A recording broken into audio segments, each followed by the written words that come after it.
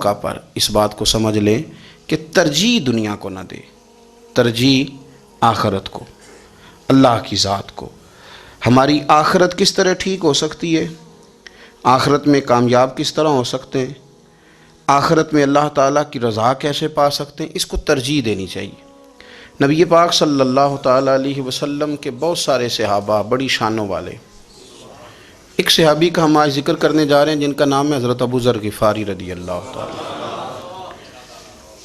ہمارے صوفیاء تصوف میں ایک جملہ بولتے ہیں کہ تیرا تو فقر ابو ذر ہے، یعنی جن کو صحیح درویش کہتے ہیں نا، صحیح درویش۔ مولا علی شیر خدا رضی اللہ تعالیٰ عنہ فرمایا کرتے دو ہی تو بندے ہیں جو رب کے رستے میں کسی شے کی پرواہ نہیں کرتے۔ حضور کون سے؟ فرمایا ابو ذر غفاری ہے اور دوسرے علی المرتضیٰ ہے۔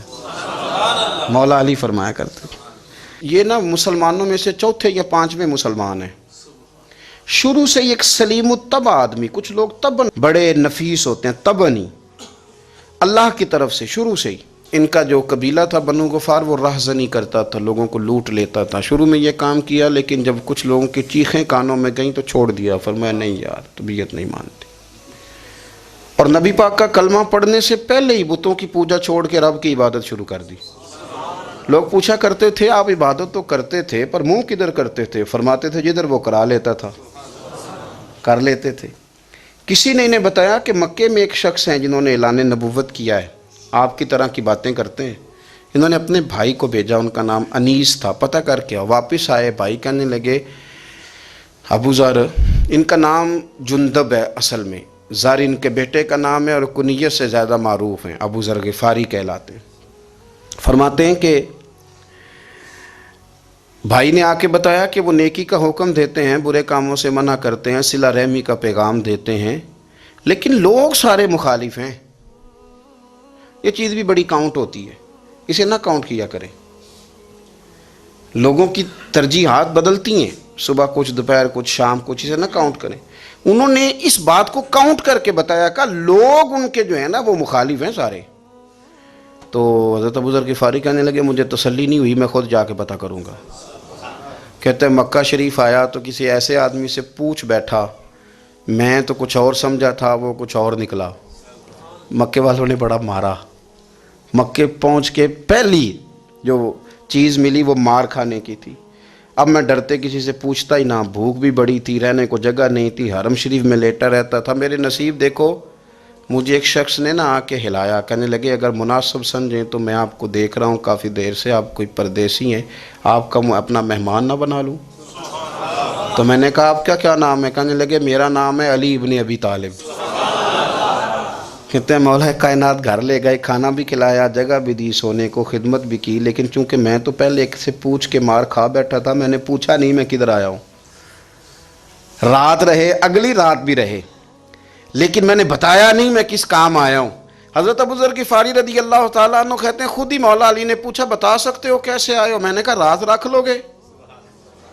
فرمایا بڑا کشادہ سینہ دیا رب نے مجھے، تو بات تو کر۔ کہنے لگے یار میں تو محمد مصطفیٰ کی زیارت کرنے آیا صلی اللہ تعالی علیہ وسلم۔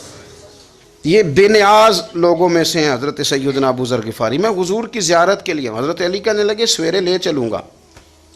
انسان بزدل نہیں ہوتا، ہر انسان بزدل نہیں ہوتا، اور بلا وجہ ٹکراؤ کی پالیسی بنا لینا یہ بھی سیانے لوگوں کا کام نہیں۔ حکمت کے تقاضوں کے مطابق چلنا یہ بھی دلیر لوگوں کا ہی کام ہوتا ہے۔ حضرت مولا علی کہنے لگے صبح لے کے چلوں گا پر حالات ٹھیک نہیں، شرارتی لوگ ہر جگہ ہوتے ہیں، اگر کوئی شرارتیوں کا ٹولہ ملا نا جو کھڑا ہوگا جاسوسی کرنے کے لیے کہ حضور کی طرف کون کون جا رہا ہے، تو میں نیچے جھکوں گا جوتے کا تسمہ ٹھیک کرنے کے لیے، لیکن آپ نے نہیں کھڑے ہونا، آپ نے چلتے رہنا ہے تاکہ کسی کو شک نہ ہو۔ کہتے ہیں اس ترتیب سے حضرت علی مجھے لے کے گئے، میں حضور کی بارگاہ میں پہنچا۔ مولا علی کہتے ہیں بڑے بڑے لوگ سوال کرتے تھے پر یہ شروع سے سلیم الطبع تھے، مجھے کہہ لینے دینا، جنہوں نے ماننا ہوتا ہے وہ لمبے سوال کرتے ہی نہیں۔ مان جو لیا تو لمبے سوالوں کی ضرورت ہی کوئی نہیں۔ کہتے ہیں لوگ بڑے بڑے سوال کرتے تھے پر ابو ذر نے 2-3 باتیں ہی پوچھیں اور آگے جا کے کہنے لگے حضور ہاتھ بڑھائیں مجھے کلمہ پڑھائیں۔ نبی پاک صلی اللہ علیہ وسلم نے کلمہ پڑھایا، فرمایا باہر جا کے نا ابھی ذکر کرنا کہ تم مسلمان ہو گیا، یہ ماریں گے۔ عرض کی حضور انہیں مارنے دے، میں آیا بھی مار کھا نہیں ہوں۔ انہیں مارنے دے نا. پڑا فلک کو کبھی دل جلوں سے کام نہیں. داغ دہلوی نے کہا تھا پڑا فلک کو کبھی دل جلوں سے کام نہیں، اور جلا کے راکھ نہ کر دوں تو داغ نام نہیں. ماری تو کھانے آئے ہیں، مارنے دیں، کرنے دیں زہر جتنا لگانا ہے لگانے دیں. باہر جا کے اعلان کیا، مکے والوں نے مارا، اتنا مارا کہ بے ہوش ہو گئے. پھر کسی نے بتایا کہ تم نے گزرنا بھی ہے ان کے علاقے سے، بنو غفار سے. پھر ان کا پتہ بھی ہے یہ لوگ بڑے سخت ہیں. پھر چھوڑا. تباً بڑے جلالی تھے، زاہد مزاج تھے. فرماتے تھے کہ جو تمہاری ضرورت سے زیادہ ہے وہ سارا صدقہ کرو. کنز کے معاملے میں ان کا رویہ یہ تھا. صرف حضرت صدیق اکبر کو کچھ نہیں کہا انہوں نے، باقی حضرت عمر جیسے آدمی کو بھی کھڑا کر کے کہہ لیتے تھے یہ مال کیوں رکھا ہوا ہے خزانے میں، بانٹتے کیوں نہیں سارا. اور جناب عثمان غنی رضی اللہ تعالیٰ عنہ کے ساتھ تو باقاعدہ کئی دفعہ اس موضوع پر گفتگو کی. وہ کہتے تھے کہ جب اللہ کہتا ہے قرآن میں کہ مال دولت جمع نہیں کرنی، تو وہ جو لوگ تھے وہ بھی بڑی شانوں والے تھے. وہ کہتے تھے کہ اللہ نے جب زکوٰۃ فرض کی تو مال جمع ہوتا ہے تو زکوٰۃ فرض ہوتی ہے نا. جب فطرانے کا کہا تو مال ہوتا ہے تو فطرانہ آتا ہے نا. تو آپ جو کہہ رہے ہیں وہ ٹھیک ہے، پر آپ اعلیٰ بات کر رہے ہیں تقوی کی، سارا بانٹو. تو حضرت ابو ذر غفاری کہتے تھے چلو ٹھیک ہے تمہاری بھی بات مان لیتا ہوں، پر یہ بتاؤ مدینے والے کا اپنا طریقہ کیا ہے؟ کہ بھئی حضور کا طریقہ تو وہی ہے جو آپ بتا رہے ہیں. تو فرمانے لگے پھر اس رستے نہ چلیں جو رستہ مدینے والے رسول کا ہے. اور حضور سے، نبی پاک سے عشق کرتے بڑا کھل کے. یہ صحابہ صفہ میں سے تھے. کلمے پڑھنے کے بعد چونکہ طبیعت جلالی تھی تو حضور نے بھیج دیا، فرمایا واپس جاؤ اپنے قبیلے میں تبلیغ کرو. واپس گئے، بھائی کو مسلمان کیا، والدہ کو مسلمان کیا، قبیلہ سارا مسلمان کیا، وہیں رہے. ہجرت مدینہ کے بعد آئے تبوک کے موقع کے قریب، اور حضور نے اصحاب صفہ میں رکھ لیا. نوکری کرتے مدینے والے رسول کی، دلیر آدمی تھے، بڑا قبیلہ تھا، پر ڈیوٹی کرتے، ڈیوٹی خدمت کرتے. ایک بیٹا تھا زار اس کا نام تھا، اس کی ڈیوٹی لگائی تم نے میرے نبی پاک کے اونٹ چرانے. ڈاکو آئے تو صاحبزادہ اونٹوں کی، اونٹنیوں کی حفاظت کرتے شہید ہو گیا. اور یہ انوکھا بندہ ہے جس نے شرط لگائی تھی کہ میں نے کالی سیاہ رنگ کی عورت سے شادی کرنی. انوکھا بندہ ہے. ایک بیٹی تھی، ایک بیٹا، بیٹا شہید ہو گیا. بیوی سے کہا تم نے نبی پاک کے گھر میں خدمت کرنی ہے، حضور کے گھر والوں، اور میں نبی پاک کی نوکری کروں گا. حضور کی خدمت کرتے، ہر وقت خدمت میں رہتے. اور حضور جب آتے نا، صحابہ صفہ میں یہ شامل تھے جو لوگ دین سیکھتے. حضور جب آتے تو سب سے پہلے آ کے حضرت ابو ذر غفاری کا پوچھتے، بلائیں. اور جب بات کرتے حضور تو بار بار ان کو مخاطب کر کے بات کرتے. حضرت ابو ذر غفاری رضی اللہ تعالیٰ عنہ کا نبی پاک سے اتنا پیار کہ ہماری بھی مشکل حل کر دی. ابو داؤد شریف میں موجود ہے، ایک دن کہنے لگے یا رسول اللہ صلی اللہ علیہ وسلم، اگر کوئی بندہ کسی سے پیار بڑا ہی کرے پر اس جیسے عمل نہ کر سکے، کوشش کرے کر نہ. لوگ ہمیں کہتے ہیں نا جی پیار بڑا، عمل بھی تو کرو نا. بھی کرنا چاہیے، پر انسان ہے نا، غلطی بھی تو ہو ہی جاتی ہے. اب ہم عمل نہیں کر سکتے تو تم ہمیں پیار بھی نہیں کرنے دو گے؟ مہربانی کرو، پیار تو کرنے دو نا. حضرت ابو ذر غفاری نے کہا، ابو داؤد شریف میں موجود ہے، یا رسول اللہ صلی اللہ تعالی علیہ وآلہ وسلم، حضور پیار بڑا کرے پر ان جیسے عمل نہ کرے تو حکم کیا ہے؟ تو حضور نے فرمایا پیار سچا کرے، اللہ قیامت کے دن جس سے محبت کرے گا نا اس کے ساتھ ہی دونوں کو اکٹھا فرما دے گا. تو حضرت ابو ذر نے فوراً کہا حضور پھر مجھے آپ سے بھی بڑا پیار ہے، رب سے بھی بڑا پیار ہے. فرمایا فکر نہ کرنا، جنت میں اکٹھے ہی جائیں گے. اتنی محبت رسول پاک کی ذات کے ساتھ حضور کی نوکری کرنا. ایک دن خدمت کرتے کرتے سو گئے. حضور مسجد میں آئے پتہ کرنے کہ ابو ذر آرام کر رہا ہے. یہ بھی مزہ ہوتا ہے، خیال رکھنا اپنے درویشوں کا، کیا کھایا کیا پیا، کہاں سوئے. حضور رات کو آئے، یہ سوئے ہوئے تھے. فرماتے ہیں حضور نے میرا انگوٹھا ہلایا، میں اٹھ کے بیٹھ گیا. حضور بھی میرے پاس بیٹھ گئے. اور میں ابو ذر بڑا پیار کرتے ہو، سونے آپ کو پتہ ہی ہے. کہا یار تو بڑی نوکری کرتا ہے، ایک دن وہ بھی آئے گا جس دن تجھے میری مسجد اور میرے شہر سے جانا پڑے گا، پھر کیا کرو گے؟ تو عرض کی حضور کسی کی طاقت ہے مجھے آپ کے شہر سے نکالے؟ میں تلوار نکال لوں گا. تو نبی پاک نے فرمایا تلوار نہ نکالنا، جہاں تمہیں بھیجا جائے چپ کر کے چلے جانا. حضور کب تک؟ فرمایا جب تک اللہ تیری اور میری ملاقات نہیں کرا دیتا، یعنی وصال تک. یہ واحد شخص ہیں کہ کہ حضور کے وصال ظاہری کا وقت آ گیا تو فرمایا کوئی میرے ابو ذر کو بلاؤ۔ جب یہ آئے تو حضور لیٹے ہوئے تھے، یہ جھکے نبی پاک کی طرف، حضور میں حاضر ہوں، تو حضور نے پکڑ کے سینے کے ساتھ لگایا۔ میرے رسول پاک صلی اللہ علیہ وسلم کی خدمت میں ایک دفعہ عرض کرنے لگے حضور مجھے صوبے کا گورنر بنا دیں، تو نبی پاک نے فرمایا ابو ذر میں عہدے پسند نہیں کرتا، تو تمہیں بھی میں کہتا ہوں عہدہ نہ لینا، تمہیں بھی کہتا ہوں عہدہ نہ لینا۔ فرمایا ابو ذر میں جو چیز اپنے لیے پسند کروں گا تمہیں بھی اسی کا مشورہ دوں گا، تم بندے اچھے ہو پر یہ کام تمہارے بس کا نہیں ہے۔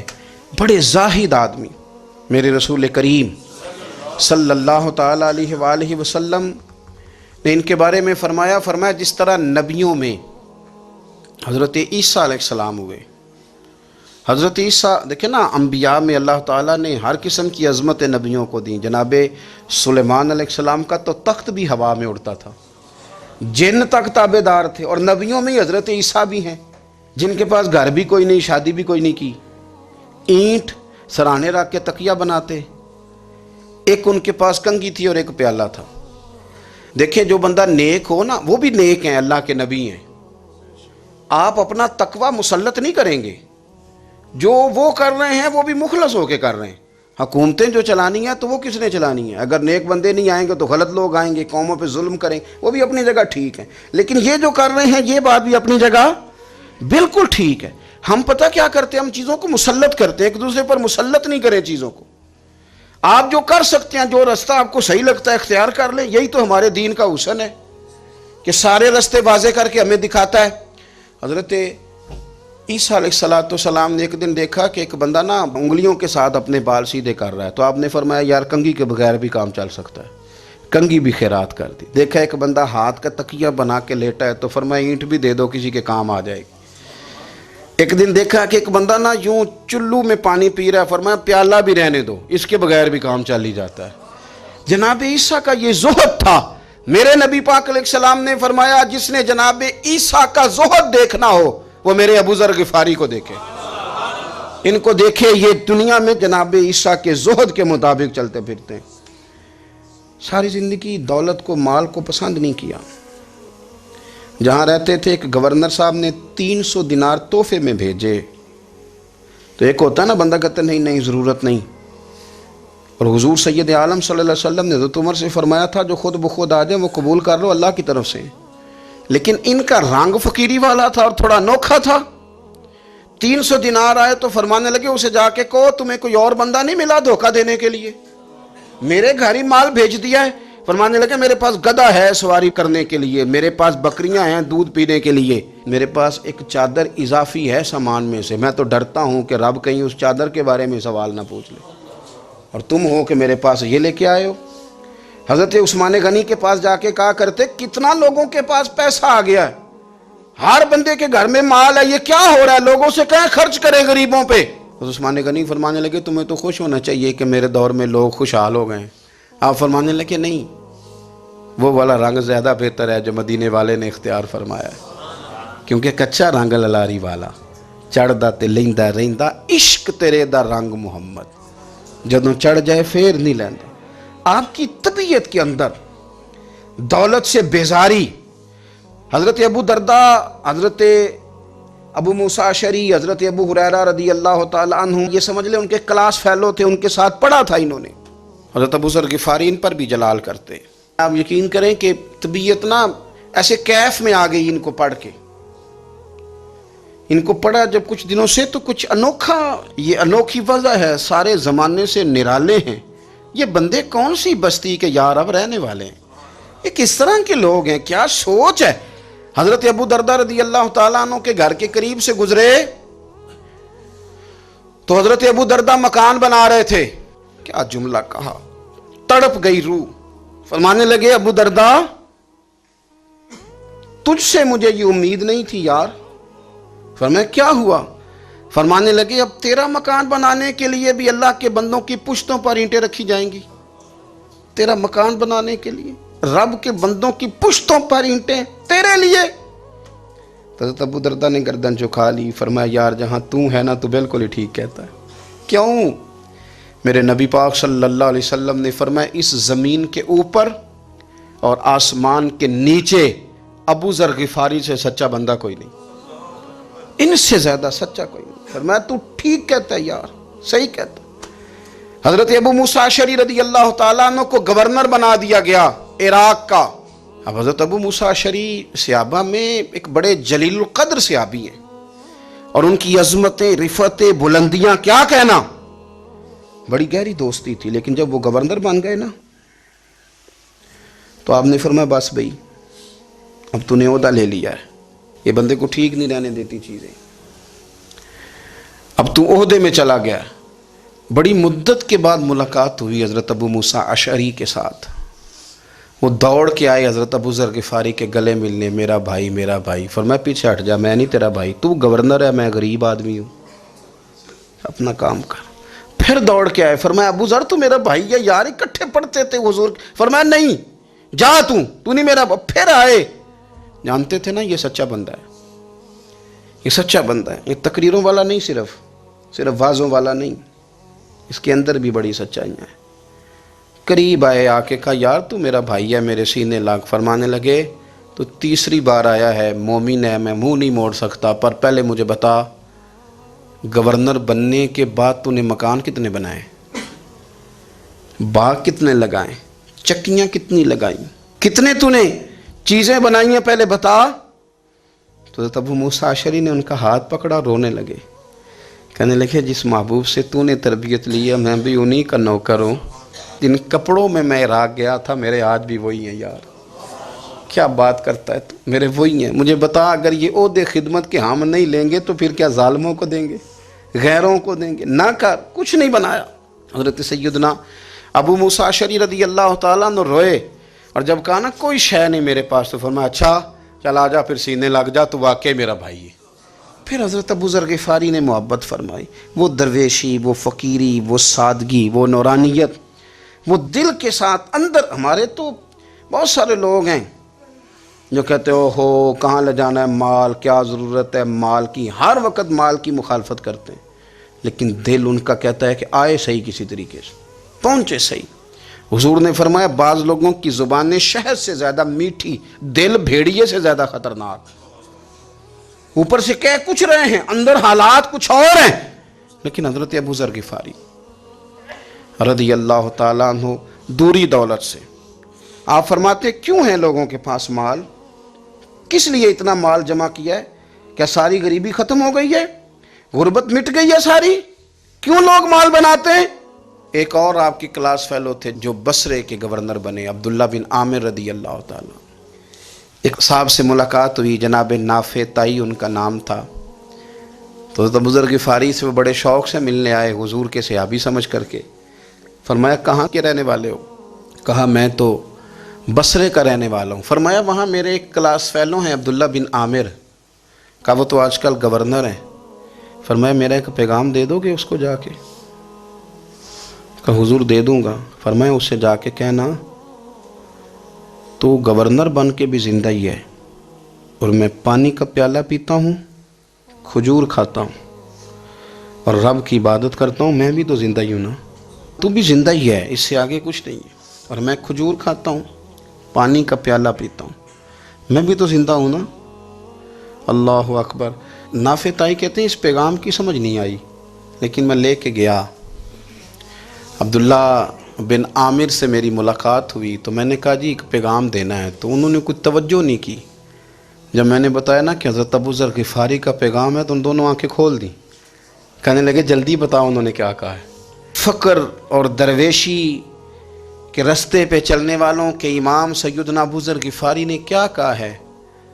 تو کہتے ہیں مجھے پاس بٹھا لیا، شفقت فرمائی، کہنے لگے اب بتاؤ انہوں نے کیا کہا ہے؟ تو عرض کرنے لگے انہوں نے کہا ہے کہ تو گورنر ہے، تو بھی زندہ ہے، اور میں کھجور کھاتا ہوں، پانی پیتا ہوں، رب کو یاد کرتا ہوں، میں بھی تو زندہ ہی ہوں نا۔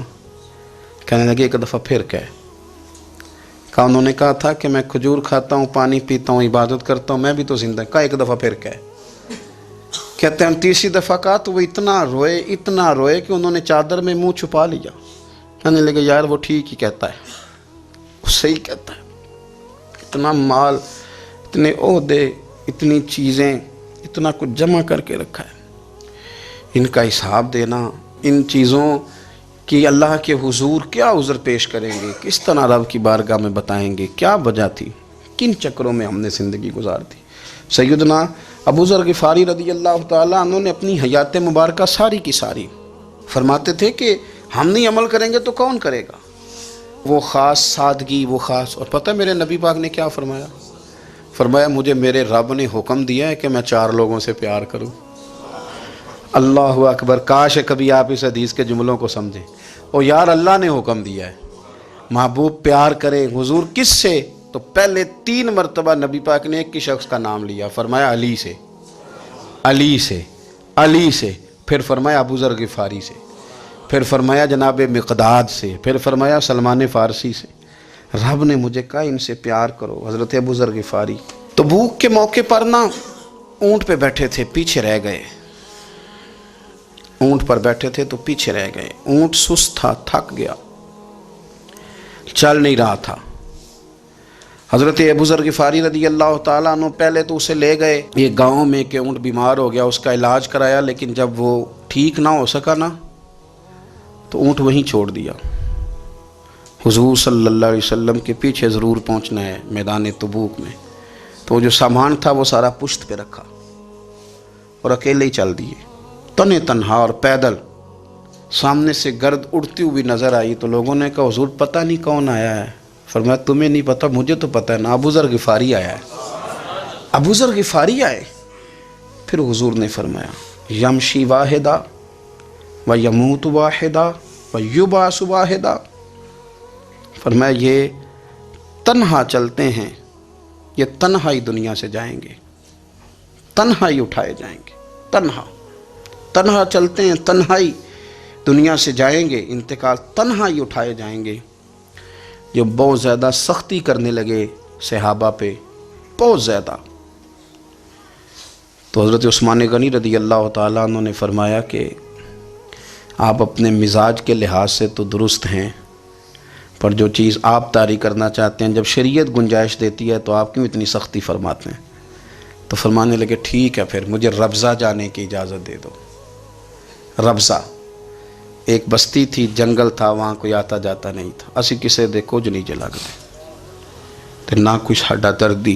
حضور نے کہا تھا نا یمشی واحدہ،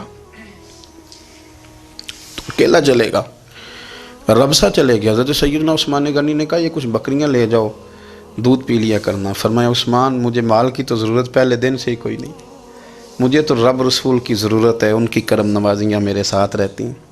تشریف لے گئے، وہاں تنہا کھجور کے خشک ٹکڑے کھاتے، عبادت کرتے، اللہ کو یاد کرتے۔ بڑے بڑے لوگوں نے آ کے کہا کہ ابو ذر آپ کی بڑی شان ہے، ہمارے ساتھ چلیں۔ فرمایا چھوڑو، کہاں منشور ہم اور کہاں ہنگامے محبت کے، ایک حجرے میں رہتے ہیں خدا کو یاد کرتے ہیں، ضرورت کوئی نہیں، جہاں ہوں نا وہاں میں ٹھیک ہوں، حاجت نہیں۔ وصال کا وقت آ گیا، دنیا سے جانے کا ٹائم آ گیا، اکیلے ہیں، بیوی ہے اور بیٹی ہے، جنگل کا علاقہ ہے، حج ہو گیا، رستے بند ہو گئے، بیمار ہو گئے۔ اپنی اہلیہ کو بلا کے کہنے لگے اب میں بچوں گا نہیں، اب جانے کا وقت آ گیا ہے۔ میں نے فقیری جو حضور کی دیکھی تھی اس میں نے وقت گزارا ہے، اور دیکھ میں جا بھی فقیری میرا ہوں، لے سجدہ سا توڑ دی پائی، جان بھی دیتی تیرا تیرے، اب جانے کا وقت ہے۔ تو اس طرح کرنا، اگر تیرے پاس کوئی کپڑا ہوا تو مجھے کفن دے دینا، نہ ہوا تو اللہ کے سپرد کر دینا۔ کہا ہم 2 عورتیں ہیں، جنازہ، غسل، کفن۔ فرمایا رب جماعت بھیجے گا میرے لیے، لوگ آئیں گے، میرے نبی پاک نے مجھ سے وعدہ کیا تھا آئیں گے نا لوگ۔ تو اہلیہ کہنے لگی ابو ذر آپ کو کیسے پتہ ہے کہ آپ اس صحرا میں انتقال کر جائیں گے، اللہ شفا دینے والا ہے۔ فرمانے لگے ہم 3-4 لوگ بیٹھے تھے تو حضور نے فرمایا تھا تم میں سے ایک شخص صحرا میں اکیلا انتقال کر جائے گا۔ تو وہ میرے جتنے باقی ساتھی تھے وہ سارے انتقال کر گئے، اب میں اکیلا ہی بچا، مجھے پتہ ہے وہ میں ہی ہوں، تو تم دیکھنا تمہیں کوئی نہ کوئی مل جائے گا غسل کفن کے لیے۔ آپ کی اہلیہ کہتی ہیں کہ میں اٹھی، کبھی دوڑ کے میں باہر جاتی، سڑک پہ جا کے دیکھتی کوئی گزر رہا ہے، پھر میں آ کے کہتی حج ختم ہو گیا ہے، رستے بند ہو گئے ہیں، کون آئے گا جنگل میں، پھر میں آ کے ان کی تیمارداری کرتی، پھر اٹھ کے جاتی، پھر میں آ کے تیمارداری کرتی. اچانک میری نظر پڑی تو ایک چھوٹا سا قافلہ آ رہا تھا. اس قافلے میں چند لوگ تھے اور سب سے بڑھ کر صحابی رسول حضرت عبداللہ ابن مسعود بھی تھے. میں نے ان کو اشارہ کیا تو وہ دوڑے آئے, کہنے لگے بہن کیا ہے؟ میں نے کہا یہاں ایک شخص ہے, تمہاری تھوڑی سی ضرورت ہے اس کو. حضرت عبداللہ ابن مسعود کہنے لگے کون ہے بی بی؟ کہتے ہیں میں نے کہا کہ وہ ابو ذر غفاری ہیں. کہتی تڑپ کے روئے عبداللہ ابن مسعود, تڑپ کے. کہنے لگے ابو ذر میرے نبی پاک کا پیارا, میرے ماں بھی اس پہ قربان, میرا باپ بھی قربان, کدھر ہے جلدی بتاؤ. کہتی میں لے آئی. 4-5 لوگ تھے وہ. تو سیدنا ابو ذر غفاری کہنے لگے عبداللہ میرا وصال ہو جائے گا لیکن یاد رکھنا میری بیوی کے پاس کفن کے لیے کپڑا موجود نہیں. اور لہو سے جنازہ توڑ ہی نہیں پائی, جان بھی دیتی تے رات تیرے, کفن کے لیے کپڑا نہیں ہے. لیکن تم میں سے نا وہ بندہ کوئی کپڑا نہ دے جو کبھی کسی سرکاری عہدے پہ رہا ہو, وہ بندہ میرے کفن کے لیے کپڑا نہ دے کسی سرکاری عہدے پہ رہا ہو. ایک انصاری جوان کہنے لگا ابو ذر میں کبھی کسی عہدے پہ نہیں رہا, اگر آپ میری چادر قبول کر لیں کفن کے لیے تو میں ٹھیک ہے. میں نے نا حضور کے طریقے پر زندگی گزاری ہے, چپ کر کے میرا جنازہ پڑھ دینا اور مجھے کہیں اور نہ لے کے جانا. اسی کسی دے کچھ نہیں جو لگتے تو نہ کوئی ساڈا دردی یہیں کسی صحرا میں جنگل میں یہیں کوئی قبر کھود کے مجھے دفن کر دینا, مجھے جانے نہیں ہے کسی جگہ. حضرت عبداللہ ابن مسعود رضی اللہ تعالیٰ عنہ نے جنازہ پڑھایا اور اس درویش کو جو 5ویں یا 4تھے مسلمان ہیں ان کو وہاں دفن کیا. جب خبر پہنچی نا مدینے تو سب سے زیادہ آنسو مولا علی نے بہائے, سب سے زیادہ حضرت علی نے. لوگوں نے کہا اتنا کیوں روتے ہو؟ فرمایا 2 ہی تو بندے تھے جو اللہ کے راستے میں کسی کی پرواہ نہیں کرتے تھے, اب ایک ہی رہ گیا ہے. کہا حضور کیا مطلب؟ فرمایا 2 ہی تھے, ایک ابو ذر اور ایک علی, اب اکیلا علی تو رہ گیا, وہ چھوڑ کے چلے گئے. حضرت سیدنا ابو ذر غفاری رضی اللہ تعالیٰ عنہ اس عظیم شخص کا نام ہے.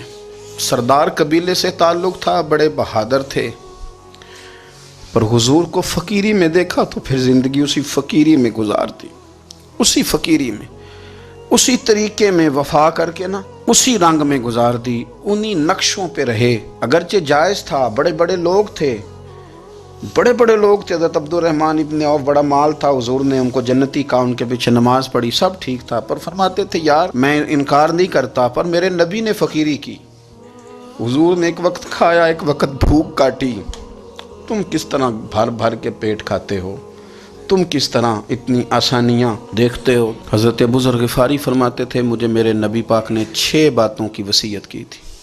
اپنے بچوں کو بھی بتاتے تھے, دوستوں کو بھی, 6 باتوں کی حضور نے وصیت کی تھی. سب سے پہلے حضور نے فرمایا تھا ابو ذر مسکینوں سے محبت کرتے رہنا. دوسرا نبی پاک صلی اللہ علیہ وسلم نے فرمایا تھا جب بھی دیکھنا نیچے والوں کو دیکھنا, اوپر والوں کو نہ دیکھنا. مالداروں جاگیرداروں پہ توجہ نہ کرنا, ذہن خراب ہوگا. نیچے دیکھنا, غریبوں کی طرف توجہ رکھنا. تیسرے نمبر پر نبی پاک صلی اللہ علیہ وسلم نے فرمایا تھا ہر حال میں حق بات کہنا اگرچہ وہ کڑوی ہو. چوتھے نمبر پہ میرے محبوب نے فرمایا تھا اللہ کے معاملے میں کسی کی پرواہ نہ کرنا, کوئی کیا کہتا ہے کہتا رہے, تم رب کے راستے پہ چلتے رہنا, ملامت کی پرواہ نہ کرنا. اور 5ویں نمبر پر میرے نبی پاک نے مجھ سے کہا تھا اگر رشتہ دار تجھ سے تعلق توڑیں بھی نہ تو جوڑ کے رکھنا, صلہ رحمی نہ چھوڑنا. اور 6 نمبر